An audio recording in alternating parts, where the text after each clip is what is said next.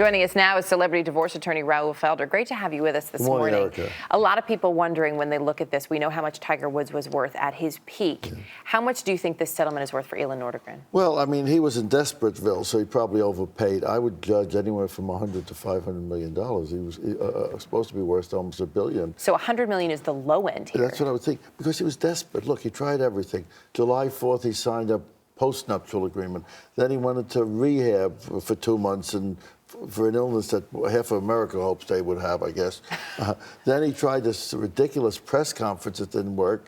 And then the golf wasn't working. So this is the only thing left. The only thing left was to say, all right, fine, we're done, I'll sign the papers. And maybe kill all of that stuff that's out there. If you've handled so many high-profile divorces, if you were advising him, if you were his attorney, what would you have told him to do within this settlement? Well, I think it's kind of late to resuscitate the patient. I would have told him immediately, hold a real press conference and kill it.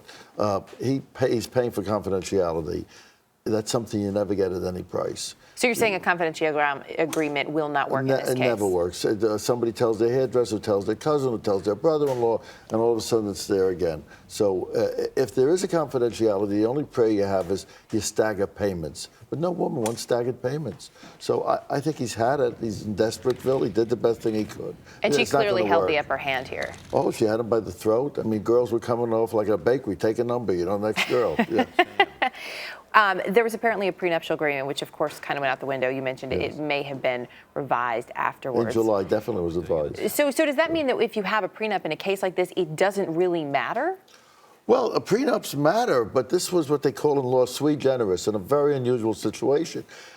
He had to stop this hemorrhaging that he was having, and so he killed the prenup and made it much more rich, but it didn't help. What about the children? We've heard they both want custody. They just completed some parenting classes. What does this do to their kids? Well, you look at the statement. We love each other. We love the kids. This is translation. We hate each other. We wish they would drop dead by Thursday and all that stuff.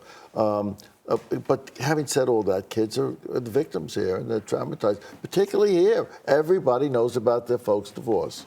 The kids at school, the parents, their boyfriends, girlfriends. You translated that statement for us. Doesn't really mean we love each other in your eyes. She had apparently as many as 8 attorneys. Oh, listen. Why do you need so many? This was the best thing for lawyers since the Magna Carta. I mean, just picture all these people on payroll. One of them was her cousin. I mean, she even got the family on payroll. Raoul Felder, always great to have you with us. Thank We appreciate you, the perspective. Thanks.